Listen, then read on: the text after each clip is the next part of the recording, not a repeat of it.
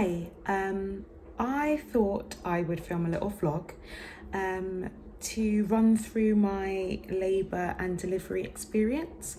The plan was actually to film a vlog going through the whole sort of labour and delivery process, but things went so differently to what we thought they would, that there really wasn't any time to do so.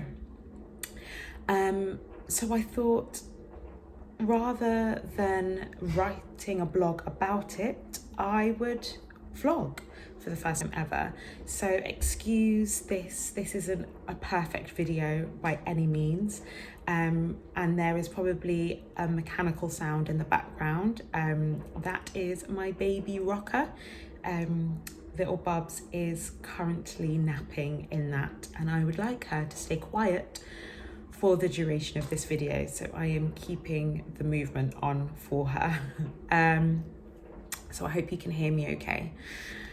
Now, I have put a bit of a disclaimer at the beginning of the page, and maybe I will reiterate what I wrote there just in case no one's read it. I just want to start by saying everyone's birth story is valid. You know, some people have a really quick and easy birth. Some people have a birth that goes exactly as they planned it. Some people have a really long, difficult time. And I guess my story kind of falls in the middle of that. It wasn't as I planned it, but it was kind of a quick and easy situation. I am by no means boasting or taking away from anyone's sort of experience. I just thought I would share, seeing as I have sort of blogged throughout the whole pregnancy, I would share what the birth was like. And it's taking a long time for me to do this. I do realise I have sort of filmed this a good couple of times and kind of hated it. But this, I'm just going to go with it and see what you guys think once I post it. And if you guys hate it, I will just stick to writing, and that will be that. And if you like it, then maybe this is the start of something new moving forward, that I will continue to do. So without further ado, let's get into it. On the 18th of September now, a good almost 7 weeks ago, I woke up quite early. I would say maybe about 6 o'clock in the morning, and I felt a few twinges for the first time. I hadn't up until that point had any Braxton Hicks. I had no sort of sign of anything happening, and I was feeling a little bit, how long is this going to kind of go on for? Will I need to be induced, etc.? This is sort of a week after my due date, and I woke up to feeling some twinges. It was hubby's last day at work before he went on paternity leave. So I kind of just didn't say anything. I didn't wake him up or anything. I didn't want him to sort of panic, or I didn't want him to fuss, because it was still early and it was just twinges. So I was just like, it's fine. And I sort of breathed through them. Can't say words today. And then sort of fell back asleep. Woke up probably around 10 o'clock, still having some twinges, and some early contractions, I would say. But nothing major. Hubby was downstairs in the home office sort of working.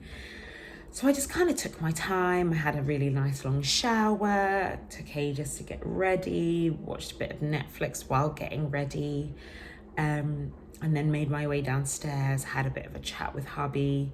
Didn't really mention anything, again, because it was sort of early days and I wasn't really sure whether it was Braxton Hicks or the real thing, to be fair. So kind of just sort of checked in with him to see how his workday was going, and then went downstairs, had some breakfast, watched This Morning or whatever, I don't know, got on with my day really. I started writing a blog about work because I realised I hadn't really updated anyone about how work had been and how amazing the church is and how great it was kind of going, which will happen. It is a blog that I will put up soon, and they have been amazing since I started, right the way through the whole pregnancy and labour, postpartum situation. They have been so supportive. So yeah, more on that hopefully soon. But yeah, so I was writing a blog, and then sort of halfway through writing, I was kind of like, I feel really tired and a bit sick, so sack this off. I'm gonna go lay down on the sofa. The Harry Potter channel was back on Sky, so I was watching Harry Potter while sort of dozing and going through the contractions and just breathing, and it was all kind of cool. By that point I had decided that they were actual contractions. They weren't by any means sort of regular or anything, so I was just kind of, again, still really chilled. And then hubby finished work at around 6 and came down and was like, "Oh, are you okay?" And I was like, yeah. Just think I might be having contractions. They're not really regular. Was really tired, so I just had a bit of a nap and snuggled on the sofa really. And he was like, "Okay, well, we'll sort of keep an eye on it. What do you want for dinner?" And we were just sort of chatting as normal. Yeah, at that point I was kind of hungry, so we ordered some food. But by the time the food came, I was kind of in a little bit more pain, so I put the TENS machine on, and I kind of wasn't really able to sit down comfortably, so I was kind of pacing up and down a little bit. The pain wasn't too bad.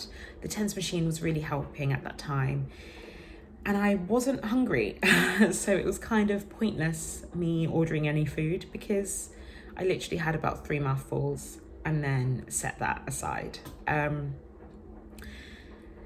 And I kept sort of sitting down, standing up, pacing, was really uncomfortable. And I was kind of getting on hubby's nerves a little bit, I think. So he was like, "Do you know what? Let's go upstairs and you can lie down and we can watch our TV shows." And I think he kind of was tired, so he was like, let's have some rest. I don't know what kind of time that was, maybe around 10ish. And then went upstairs, kind of got into pajamas and was ready to settle in for the night. But I was getting more and more uncomfortable, and probably in a bit more pain. Not as much pain as I thought I would when I was in full-on labour, but more pain.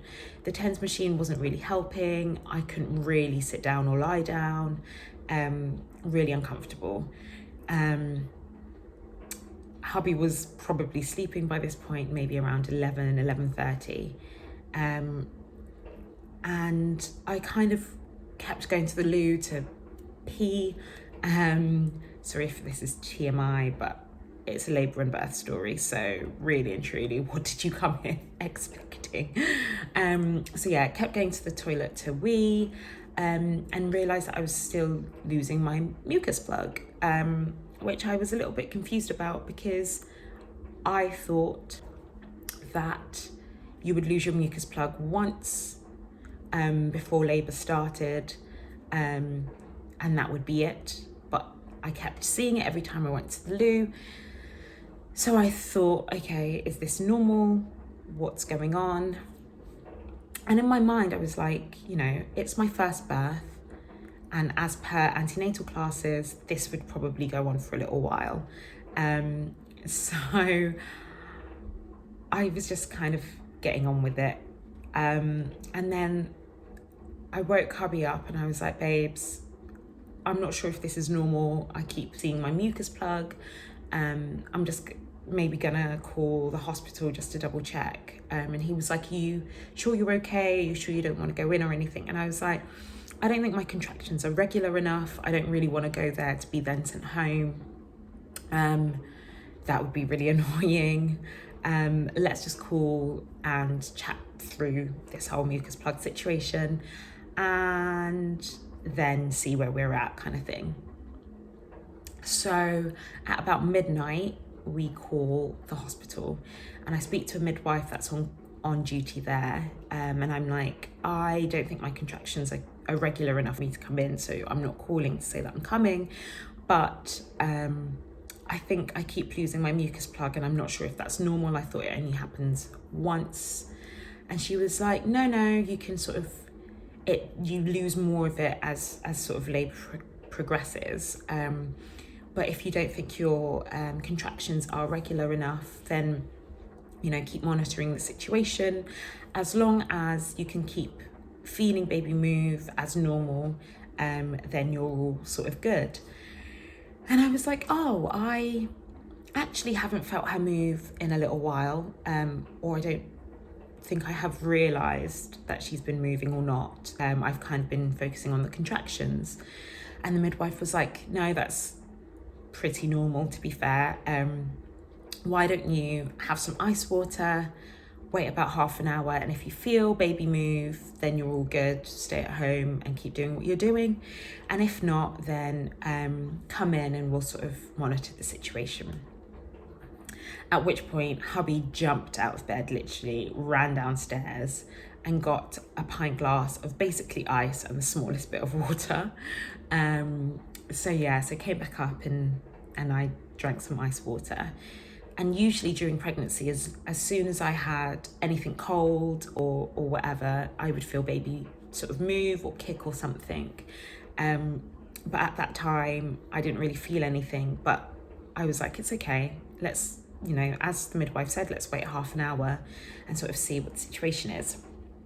So I drank more, waited the half hour with hubby basically staring at me, waiting for me to be like, oh, I felt the move, we're all good. After the half hour though, didn't feel anything. So this is about 1-ish, I think. We were like, okay, why don't we get ready to go to the hospital just to make sure that everything's all good. So after about 15-20 minutes of getting out of pajamas into normal clothes, and making sure that hubby had everything, all of my stuff and baby stuff were in the car ready to go. Obviously hubby hadn't bothered packing anything because COVID, he wasn't able to stay or anything, so he just grabbed his wallet and stuff like that, and yeah, we were kind of ready to go. Came downstairs, got my bottle of water, and then my waters broke. This is about 1:20-ish. We were literally ready to go out the door and my waters broke. So definitely full on labour, but not feeling like huge amounts of pain as I sort of expected.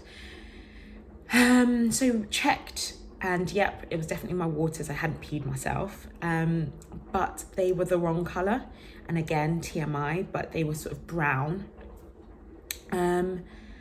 And so I knew that baby had pooed while in the stomach, which usually means that they're sort of distressed. At which point I was like, okay, we need to sort of kick up another nut now and sort of get moving to the hospital. But obviously I then had to change myself. Hubby had to run up and down to get me some clothes and Anyway, so it only took about 15 minutes to get to the hospital, which was great. Got there about 2. Obviously hubby had to wait in the car. And so I was in there waiting to be seen. Only took about 5 minutes to be seen. They wanted me to do a urine sample and I could not for the life of me. I think I had spent the last sort of hour and a half sort of toing and froing to the loo to wee and stuff anyway, so I'd probably empty my bladder. So I came out and I was like, listen lady, I can't pee. And she was like, right. And I was like, don't roll your eyes at me. But yeah, so anyway, so she was like, okay, well, here's a bed. Just give me a minute while I finish off with this other lady, and then I'll like examine you. You can have a lie down and stuff. Again, it was really uncomfortable for me to lie down, so I was pacing instead. And then at about 2:10, she examined me. And she was like, you are 10 centimeters, fully dilated. And I was like, okay. And she was like, yeah, you are fully dilated. And I was so confused. I was like, are you sure? And she was like, yeah, you are ready to go. And I was like, no, this is crazy. So I was like, okay, so can my husband come in then? And she was like, yeah. So I messaged him on WhatsApp and there was no signal. And I was like, lady, you have no signal. And she was like, that is the least of your worries. And I was like, no, I need to message my husband so he can come in. And she was like, oh yeah. Anyway, luckily the message went through and it's starting to get crazy. 2-3 women sort of ran in and they were like, okay, this woman needs a bed now. She's like ready to push, like we need to go. They've been, she's lost her waters, baby's pooed, we need to monitor baby to make sure that they're okay, monitor mum to make sure she's okay, and then get this baby out ASAP. So they then moved me into a delivery room, popped me on the bed, put the monitors on me, heard baby's heart rate, so knew that baby was, still alive, which I was a little bit worried about, but they sounded fine. And then, yeah, midwife started explaining to me how to push.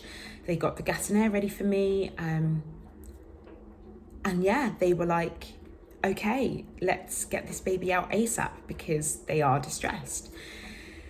And so I started pushing, at which point hubby came in and he was like, oh my God, this is starting now. And I was like, this is crazy. And I started on the gas and air and the midwife was like, do you know what? You probably don't even need to worry about the gas and air. Let's just push. So yeah, started pushing at about 2:25, 2:30ish. And at 2:47, our little baby girl entered the world. And it was crazy. Within half an hour, she was here. And yeah, we were in love. And we didn't know whether we were having a boy or a girl. And I genuinely thought it was going to be a boy. But yeah, it was a little girl and she was beautiful and she was a little chunky monk. She was 8 pounds and 9 ounces. But she was healthy and she cried as soon as she came into the world. So we knew she was all good. And as soon as she came out, they literally chucked her at me to get some cuddles and be warm and be wiped off. Yeah, it was a blur, to be fair. The paediatricians had to be in the room because she had pooed, just to sort of check her over and make sure that she was okay. So after I got some cuddles and she'd been wiped down and everything, sort of handed her over to them so they could check her over and weigh her and everything. And then after they had sort of checked her and told us that she was okay, the midwife was like, do you maybe need a minute? And I was like, yes, I don't know what is happening. So yeah, they gave her to hubby to have some skin to skin, which was the cutest thing ever. And then, yeah, while hubby had her, I kind of got my things together, composed myself a little bit, had the placenta sort of taken by the midwife. The midwife was like, okay, you're going to need to have some gas and air because this will probably hurt.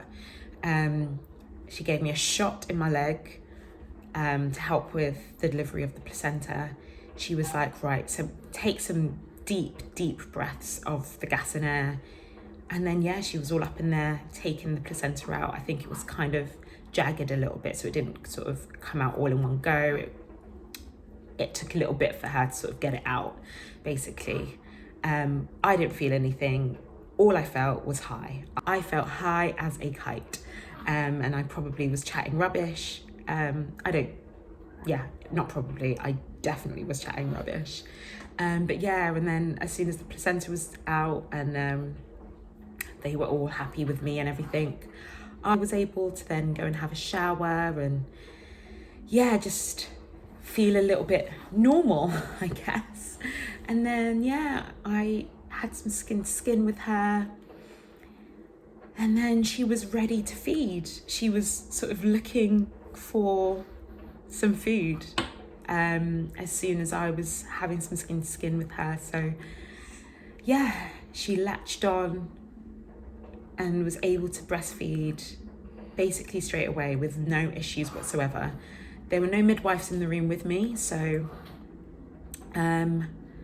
I just guessed, I think, as to what was going on and how to breastfeed. And then when the midwife came in, I was like, am I doing it right? Was I supposed to feed her now? Like, is this okay? She was like, yeah, man.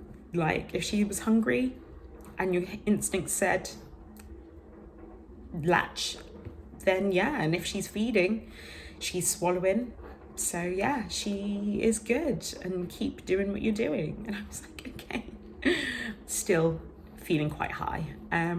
Yeah, and we were lucky that she was able to feed and she was healthy and hubby was able to be there. Yeah, and everything was all good. And I think, oh, babies, yeah, she's awake. Okay, I think I'm gonna have to stop this and then continue in a little bit. So since I was last filming, I have been spat up on. We've had a poo explosion and Bubs refuses to sleep. So that's cool. But I just wanted to sort of finish off by saying that we were so lucky that she was healthy. I had a great birth. I had no tears, no nothing, no complications whatsoever.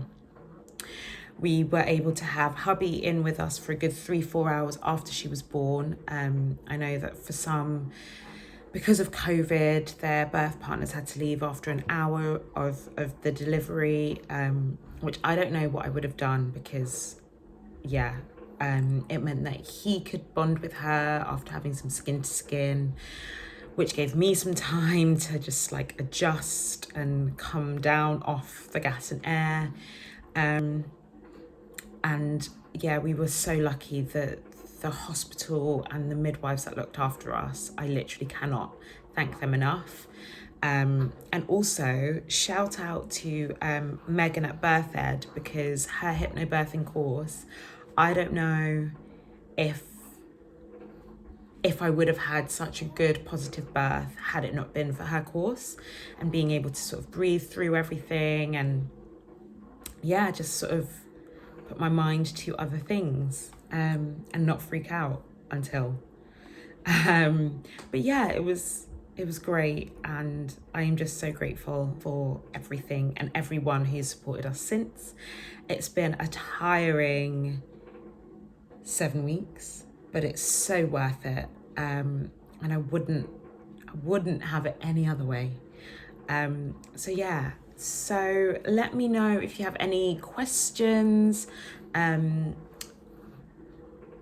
I'd be happy to chat further about my experience, about the hospital, anything like that. And I'll be blogging about postpartum and work stuff soon. I hope lockdown 2.0 isn't driving everyone round the bend. Stay safe, stay healthy, and hopefully I'll see you soon.